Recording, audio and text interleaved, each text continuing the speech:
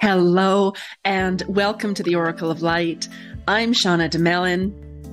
I'm a lifelong medium and certified life coach. And making the connection with the afterlife has brought me the greatest joy. Since losing my son, Jack, I have navigated grief, heartache, and despair. And it was through connecting with my son on the other side that my heart began to heal and I was able to find joy and meaning in my life again. Now, I'm inviting you into this space as I explore the afterlife, the grieving process, and rebuilding after loss. If you'd like to discover the spirit world and how to move through the loss of a loved one or child, you have come to the right place. This is the Oracle of Light. Thank you so much for joining me this week. I am Shauna Domalain, and you are listening to the Oracle of Light. This week, I wanted to do an episode on the different ways that you can find meaning in your life again after the loss of a child. And for those of you who don't know me, I'm a medium, and I lost my son, Jack, 10 years ago. He would have been 10 this year. So I know firsthand what that loss feels like. We had started the in vitro process and things didn't go according to plan. And it wasn't something that I wanted to talk about, to be honest. It was like 1 minute he was there and the next minute he was gone. And I often tell people, I'm surprised to be doing what I'm doing some days, because my specialty now is connecting mothers with their children on the other side. And if you would have told me that was in the cards, 10 years ago, I would have said, no, I am not talking about that. I am not talking about that. And that is a loss that there are very few words in the dictionary that actually describe what that loss feels like. And there are a myriad of different emotions that go with it. I remember my daughter, Emma, saying to me, why isn't my brother here? Where is he? Why isn't he here? When is he going to be in your tummy? And she had a list of books that she was going to read to him. She had a list. She made this huge list of everywhere that she wanted to take him and go. We needed to go to Disney World and we needed to do this. And she was going to teach him how to ride a bike. And my husband at the time named him. He's like, we'll call him Jack. Jack was his name. And he was a part of our world for 6-7 months. And it was like he was already there. It was so real. Every night in my dreams, I would go into my dream time and he would come in and we would fly. He would take me flying. It was just such a magical time. And it was so, so exciting. There are moments of joy in my life that come pretty close to Jack. That time was just so special. It's like every day I would wake up and it would just be Jack. Oh my gosh, I was so excited. So excited, so excited. And yeah, it was a loss that I still don't have a lot of words for. I really don't. I was so hurt that everything had changed so quickly. And 1 minute he was there and the next minute he wasn't. And again, it isn't something that I like to talk about a whole lot, but I'm 10 years in now. So I have grieved him. I have mourned him, and I connect with my beautiful boy on the other side. And the one thing that really started me on my healing journey after losing Jack was a reading that I had. I reached out to Laurel. She's a beautiful spiritual teacher in California. And I was guided to have an angel reading with her. I just felt like I needed angelic love. I always work with the angels. And if you can see my pendant, it's angel wings. And it's just the angelic realm is it's me. It's where I'm from, I do believe. And for people that are guided to work with me, they can pick that up oftentimes. So I was guided to have a reading with Laurel. And this is after I'd lost Jack. And the first thing that she said was, well, Shauna, have you connected with Jack? And I said, no, I can't feel him. I can't hear him. I can't see him. He's not in my dreams. It's like he was gone, erased. And I didn't know what had happened. And she said, well, look up. And so I looked up, and in the corner of the room, there was this beautiful, beautiful angel. And she was walking toward me from the light. And she was holding hands with a little boy who would have been 2, 3, Jack's age. And I just remember that it'll be etched in my mind, in my heart forever, basically. I mean, it was life-changing for me. And she let go of his hand and he came running over to me and he's like, Mama, it's me, it's Jack. And I get emotional to this day. And I could see his blue eyes. I could see all the freckles. And I knew in that moment that he was okay, that he was safe, that I could experience him, I could connect with him. And it was in that moment that that connection was just strengthened with him. And I knew that I was going to be okay, knowing that he was okay. And it was from that moment that I started to grieve him. And I really started to deeply mourn him and mourn the loss. And, people would say, well, be thankful that you have your daughter. And I was, absolutely. God, there's nothing that could change that. Of course I was. And that it wasn't meant to be. And, maybe it was because I was older and, I could adopt. People would come up with all these other solutions that I wasn't looking for solutions. I just wanted my son. So in that moment, I realized that I had a completely different look on life. Like having him back, having that connection with him was just so beautiful and life-changing for me. And so, I spent the next few years just really working through the loss. I hadn't even begun to look at it. I couldn't even fathom that he wasn't here, that he wasn't going to be growing up as my child here. And so, yeah, I spent the next few years sort of recalibrating, because you're not the same person. The version of Shauna in those months leading up to everything that happened with losing him, that version, she doesn't exist anymore. So it was getting to know a new version of me. It was allowing myself to deeply mourn him and grieve him. And I was angry, and I had this deep, deep sorrow. I didn't know if I would ever get through it, to be honest. And there were times where I didn't want to be here. I wasn't suicidal. I did not want to be here. I didn't want to be on the planet without him. I wanted to be where he was. And it was my daughter, Emma, that she became my focus. I put everything into her. I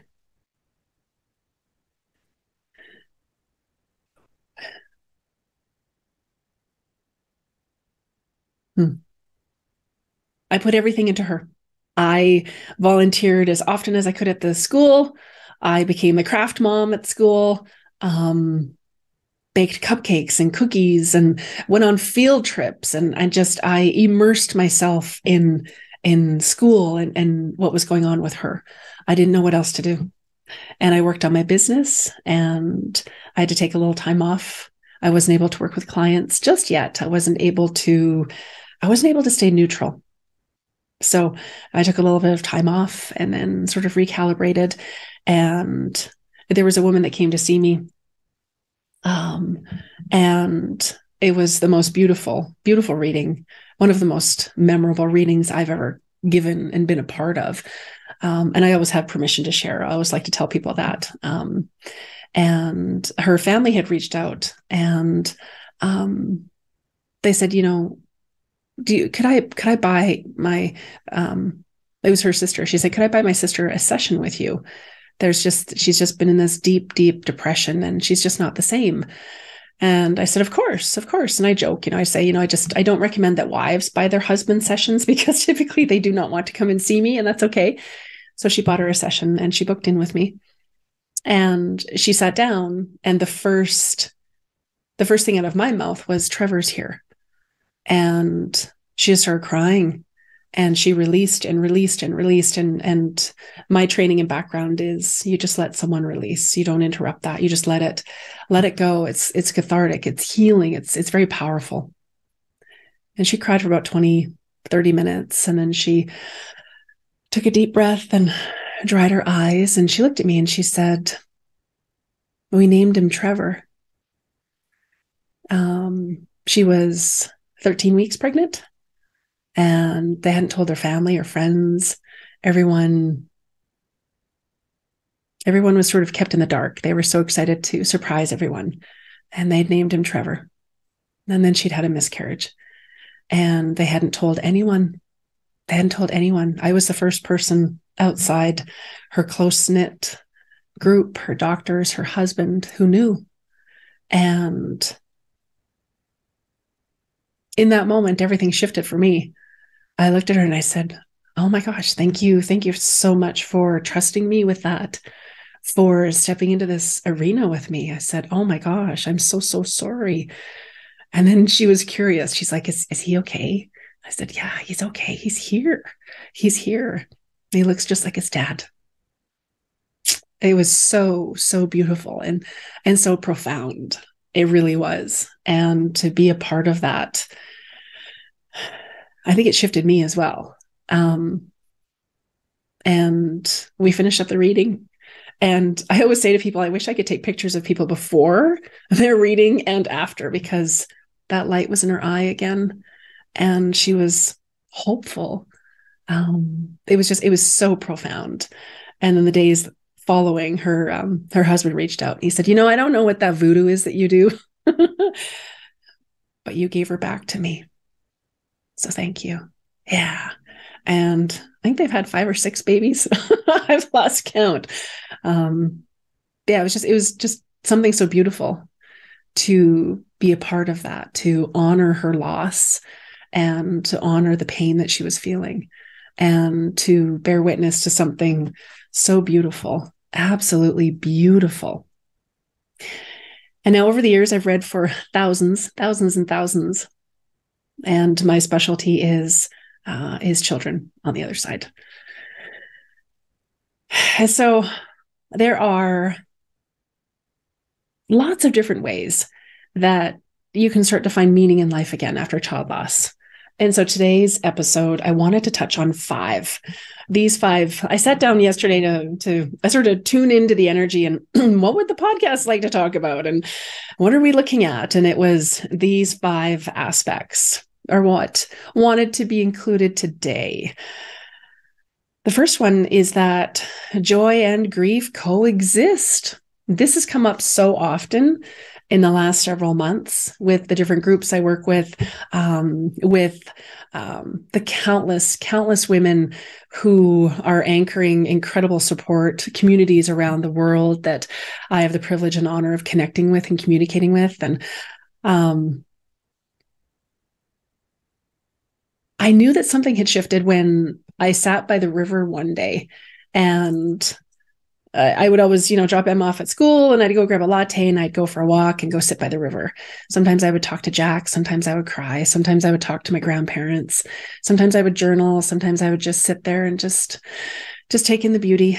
We're here in Calgary, Alberta, Canada. We're just nestled right beside the Rocky Mountains, just above Montana, if that gives people a reference point. And so Bowness Park is this beautiful park, and just the beautiful Bow River. And it's such a beautiful energy. So I was sitting there the one day and it hit me. I thought, oh my gosh, I didn't cry yesterday. And I don't think I'm going to cry today. And wait a minute, I'm wearing mascara and I'm going to get a pedicure later, and then I'm going to meet my friend for a coffee.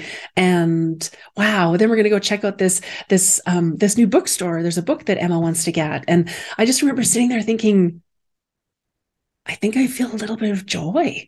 I think I feel a little bit of happiness. oh my gosh, like, what is this? What is this? And it was joy. And there was a brief moment where it was like, wow, where did that come from? Okay, okay. Like it felt weird. It felt foreign, to be honest. And I sat there and I thought, of course, that makes sense. As you're working through a loss and you're grieving, your heart is hurting. Of course, it makes sense that there will be moments where you'll have beautiful, beautiful joy and incredible experiences. And I love to explain this to people. I love to show people this. David Hawkins, he developed what is known as the consciousness scale. And so it measures different emotional states, if you will. And so I think you can see that. So at the top, that's someone who is highly enlightened. That is someone who, I always say, like, that's like Mother Teresa or Gandhi, someone who is completely eradicated the ego, so to speak. Like, they don't have any of the lower emotions. They've mastered the lower emotions, so to speak. And then you come down to the bottom. At the very bottom is shame at 20. And then we can come above that. Grief is at 70. And the level of 500 is love. And love is where we manifest. Love is the vibration of energy that we need to connect into to connect with and experience our loved ones on the other side. That is, again, where we connect into when we are in the vibration of love. And then we can go even higher, which is joy.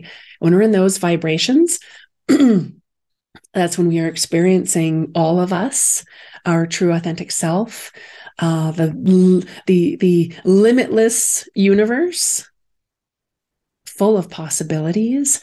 And again, that's where we're able to connect in easier with our loved ones on the other side. When we are in that vibration, that energy, we become what I call magnetic. And so when we are magnetic, we are drawing to us everything that's in alignment with our heart's desires when we are in that vibration. And so I love to give people that representation, because grief, as you saw, is at the bottom, pretty close to the bottom. And we're not able to manifest a whole lot. We're not able to really connect into all of us. We're not able to experience our children, our loved ones on the other side when our vibration is that low. So some ways to raise our vibration so that we can experience more joy. And again, this doesn't negate the loss. It doesn't. I mean, I'm 10 years into my grief experience, my loss of my son, and there's still days where I miss him. I would do anything to have him here in the physical with me, anything. But I've also learned to create a whole new life, and he's a part of that life. And he's a part of why I do what I do. He's the reason that I do what I do. And so I've learned that joy and grief coexist. It's a dance. I have more joyful moments in my world now, as opposed to, those first 3 years after I lost him. It was just grief. There was very little that lit me up or made me happy. And I was so sad. My heart was just broken. And so finding different things to make you happy, and the simple things, like I mentioned, I was going to get a pedicure. I was going to see my friend. I was going to a new bookstore. I love books. I love physical books. And just looking forward to beautiful experiences. And then I would start looking for my heart rocks everywhere from Jack. And I really started to look for things to be happy about, to be hopeful about.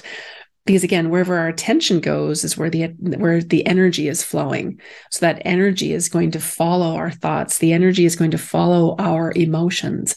If we're feeling joyful, hopeful, happy, a little bit excited, then the energy starts to build, and we start to magnetize things into our world that match how we're feeling, what we're thinking.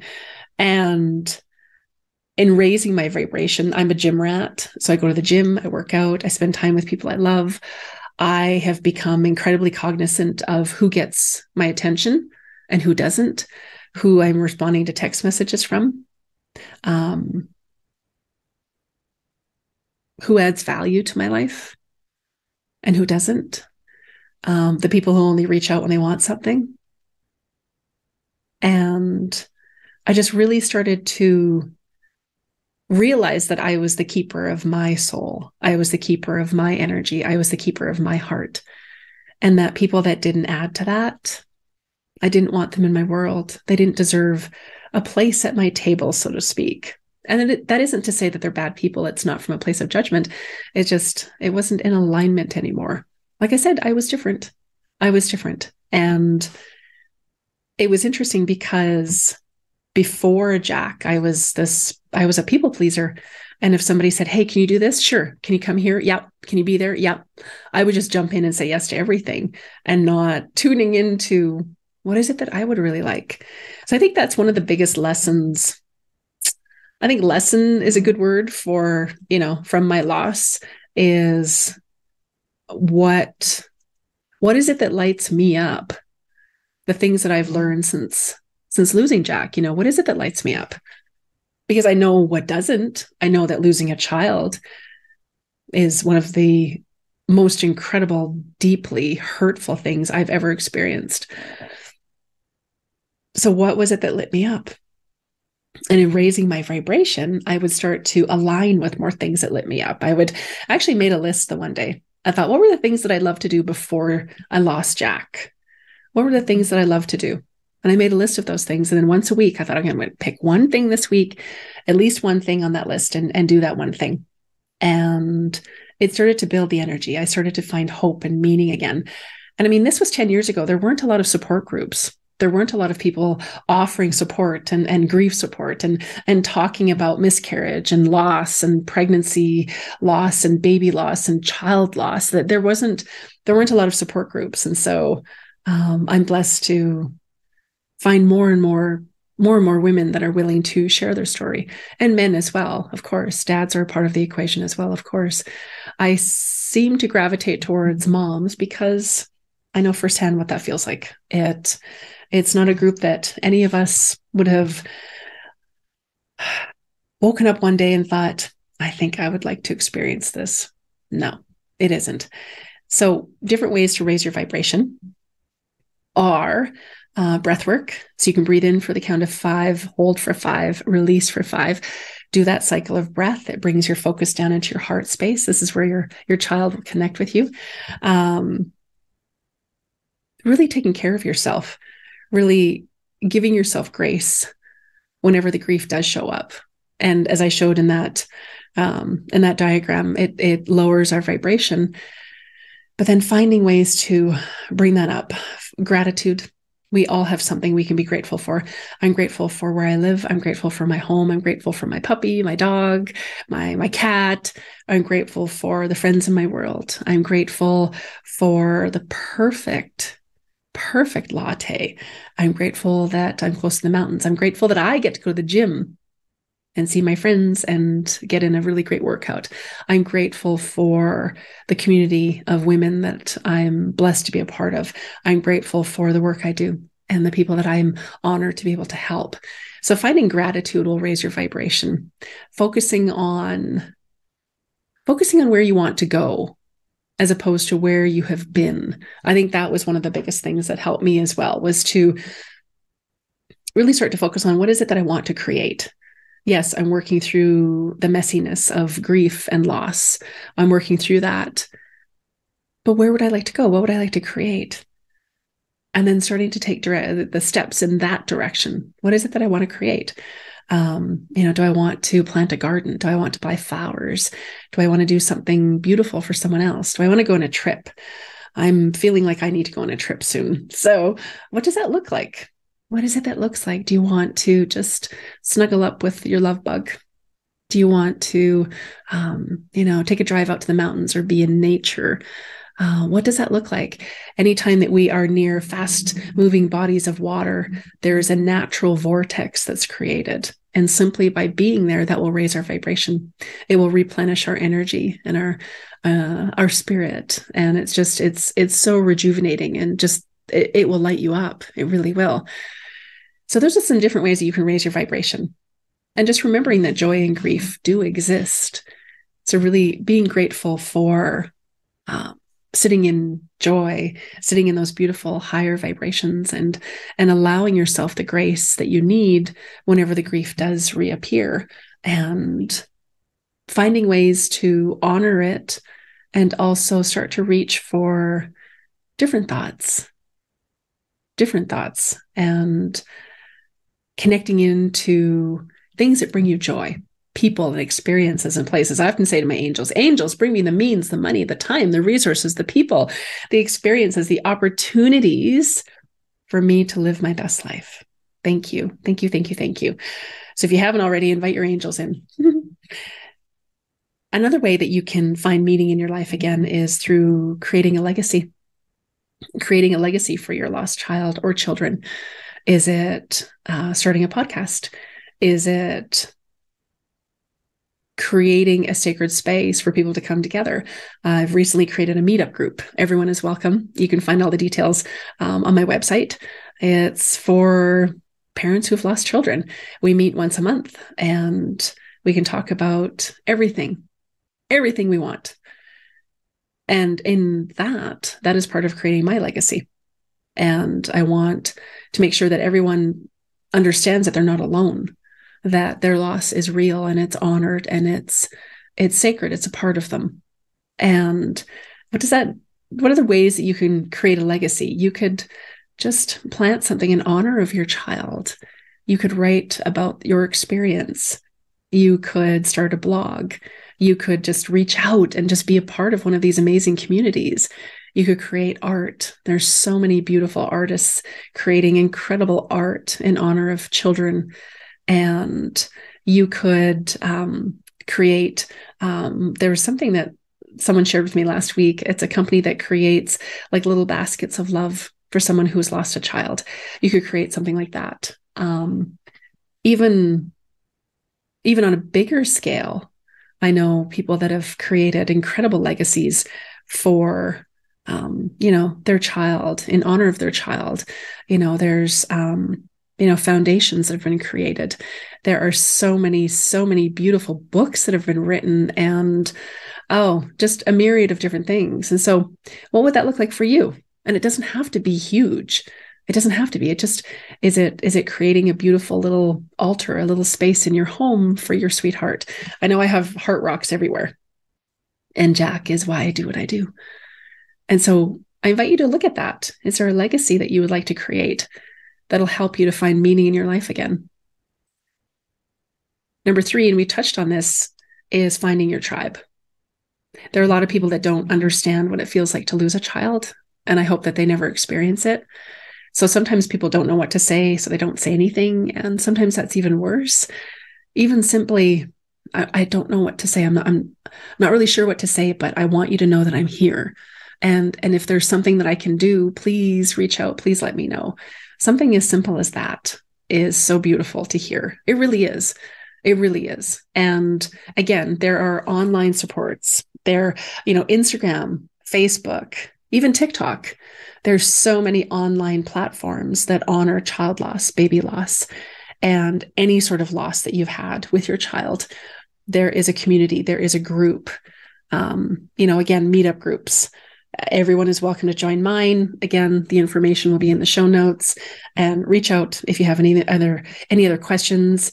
Find your tribe. And again, there are books, there are podcasts. There are so many different channels and offerings and safe places to land with your loss. If you feel guided to have energy work, I know Reiki, I have my Reiki top up as often as I can. I have Reiki, I have body work. I go sit in nature. I just love to connect with other people who have had loss as I have. And it just really reminds me that I'm not alone. I'm not alone. And that, I can share what I've gone through. I went last night to a beautiful, beautiful gathering just outside Calgary. It was singing bowls. They're beautiful, beautiful quartz bowls, and they all have a different resonance, a different frequency of vibration. And it was beautiful to be among such incredible women we were all women last night at this event who were willing to share, and I could feel it in my heart. I just felt this overwhelming love and this feeling in my heart. And it was just so nice to be a part of that. Not only have I lost a child, I'm also spiritual. I'm a medium. So it's nice for me to find a tribe that understands me, who understands what I do. And so for me, that's very special. So I have different tribes. I have my tribe for child loss. I have my communities with child loss. I have the work that I do. I have my tribes, my spiritual tribes, and it's so important for us to not ever feel like we're alone, to feel like we're part of something, like we belong, that we are seen, we are heard, we are valued just for being us. So that's very important. Find your tribe. This one is my favorite, is asking your child for signs. If you haven't already, I always ask my sweetheart Jack for heart rocks. I always ask him for signs. About 6 months ago, it changed into blue butterflies. So I added a blue butterfly to my tattoo. That's another sign I get from him. And again, my whole house is full of heart rocks. So ask your child, ask him for a sign. Please show me, bring me a sign. Make it so clear in my face that I can't miss it, and keep showing it to me. Keep showing it, keep showing it, keep showing it. And they will. And just keep asking, keep asking, keep asking, keep asking. And keep in mind that if you are still deep in your grief, that your vibration is going to be a little bit lower. So maybe you will see signs in your dreams. Maybe you'll have beautiful dreams. You can ask your child, please come and visit me in my dreams tonight. And make sure you wake me up so I know it's you. That's also very important. So you wake up and you're sort of in that haze and you can experience them. And it's so beautiful. You'll feel their essence. Asking for signs. And then definitely drop me a line, leave me a comment, and let me know what those signs are. I'm on Facebook, Shauna Domalain. I'm on Instagram, Shauna Domalain Medium. I'm on TikTok, Shauna Domalain Medium. You can email me. I love hearing everyone's stories and what the signs are. And I love hearing about the beautiful magic that your son or daughter will continue to flow into your world, into your life, as you heal, as you rebuild, as you create a life that you love, as you find more meaning in your life again. Asking for signs. So yeah, they could be heart rocks. They could be hearts in general. It could be rainbows. It could be colors of light. It could be feathers. It could be dimes, coins. It could be birds, butterflies, dragonflies. It could just be a knowing. Sometimes we just know when they're there. We just feel it. There's so many different ways that the signs can come in. So just be open and available and be excited. I want my signs today. Jack, Mama needs heart rocks or butterflies today. Mama needs her signs. Thank you. And then when you do get a sign, and you'll know. When you do get a sign, say thank you. More please, keep it coming. The day that I got, I added the butterfly, this is a couple of months ago, in the tattoo shop. Jack was there. Of course, he's jumping around. He's like, you're going to love it. You're going to love it. Mama, you're going to love it. And there were hundreds of blue butterflies. It was so magical, so magical. And if you would like to learn to make the connection with your child, do reach out. I'll fill you in at the end. I've got a very, very special class coming up April 30th. I'm going to take everyone through my program, Growing Up in Heaven. And we're going to do it live via Zoom. And I will teach you the foundational pieces around spirit communication. You don't have to be a medium. And then I'll teach you how to make the connection, and you'll experience your son or daughter on the other side. It will be a day like no other. It'll be fantastic. And again, I'll have that in the show notes, and reach out. It's on my website, April 30th. It'll be absolutely fantastic. Everyone is invited. And number 5, fifth way to find meaning in your life after you've lost a child is to remember that love never dies. That love never dies. Of course, we want our children here. Of course, we want to be with them. But you still have an incredible life to live. They wouldn't want you to be happy. Your child is marinating in unconditional love. That's all they know now is happiness and joy and love and possibilities and magic. And when you make that connection with them, you're inviting all of that into your world as well. And that connection that you have with your son or daughter, that connection never dies, never goes away, never dies. And that love is always, always there. No matter where or how, what the circumstances were around your child loss, you will always be that child's mother, always.